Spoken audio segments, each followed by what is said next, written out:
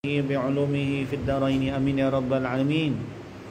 Sudut perbezaan ulumul Quran dan tafsir. Kita bincang ulumul Quran tu lebih umum, ilmu tafsir lebih khusus, dan usul tafsir bagaimana untuk menghasilkan penafsiran, metodologi tafsir Al-Quran. Itu usul tafsir. Okay.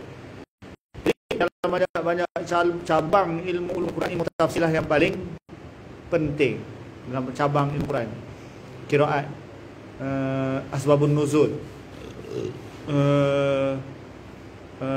tajwid, tafsir paling penting.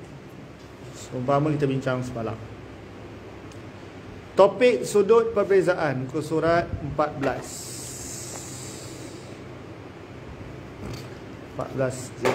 Januari. Perbezaan utama antara ulumul Quran dan ilmu tafsir dan usul tafsir antaranya sebagaimana berikut.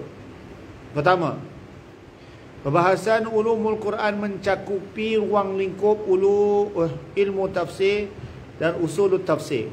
Memanglah ulumul Quran itu lebih umum, ilmu tafsir dan usul tafsir lebih khusus. Ia adalah cabang kepada ulumul Quran. Ulumul Quran mana ilmu-ilmu yang terkandung dalam Quran, di mana ulumul Quran bagaikan menaungi seluruh ilmu yang berkaitan dengan Al-Quran. Jadi sekali lagi, ulumul Quran lebih umum, ilmu tafsir lebih khusus, cabang kepada ulumul Quran. Satu. Yang kedua, ulumul Quran bagaikan menaungi cabang-cabangnya yang lain. Antara lain adalah ilmu tafsir, selaku suatu bahagian dari komponen ulumul Quran yang secara khusus menjelaskan makna atau maksud daripada ayat-ayat Quran. Itu ilmu tafsir ya. Itu definisi ilmu tafsir. Tulis definisi ilmu tafsir. Ilmu yang menjelaskan makna-makna dan maksud daripada ayat-ayat Quran. Nampak? Itulah definisi ta'arif ilmu tafsir, menerangkan maksud dan makna-makna ayat Quran. Tapi apa beza dengan usul tafsir? Ini pula usul tafsir. Begitu juga dengan usul tafsir, adalah suatu cabang ulumul Quran secara khusus membahaskan, tengok perkataannya, metodologi. Apa metodologi? Kaedah dasar untuk mentafsir Al-Quran.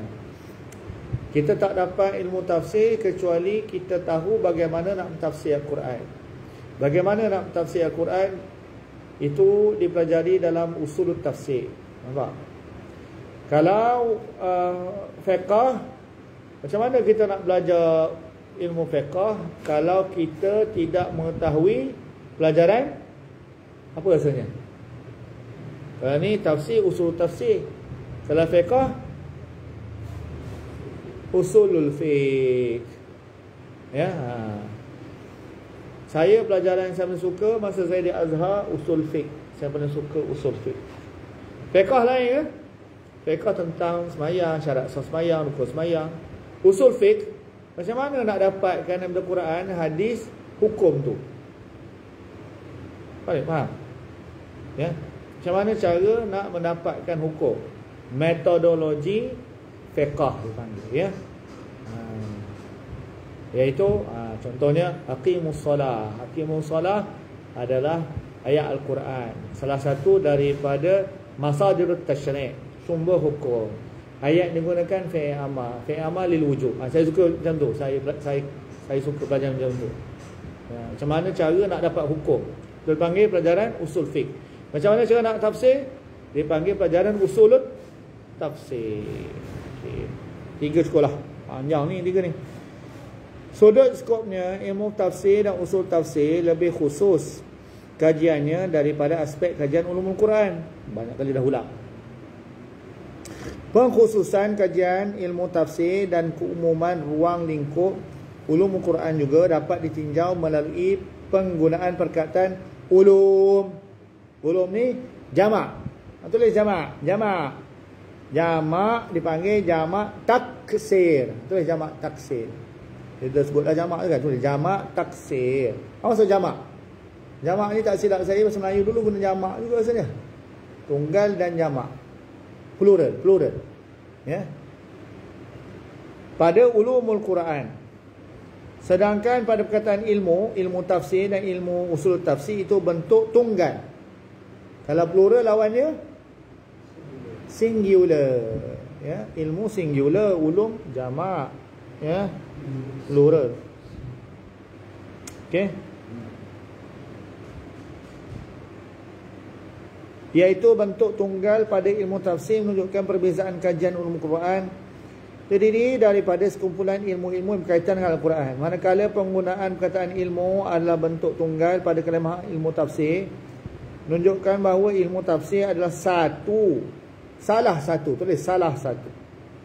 disiplin ilmu untuk memahami Al-Quran daripada satu topik dan tujuan tertentu. Oleh itu, ilmu tafsir selaku ilmu yang berusaha mengkaji makna Al-Quran lazimnya memerlukan ilmu Al-Quran lainnya untuk melaksanakan pentafsiran. InsyaAllah kita akan sambung nanti. Boleh ya? Ulumul Quran lebih umum. Topik dia ulumul Quran. Cabang dia tafsir, usul tafsir, tajwid, qiraat, nasih mansukh, asbabun nuzul. Semualah. InsyaAllah nanti kita akan sambung pada poin yang keempat.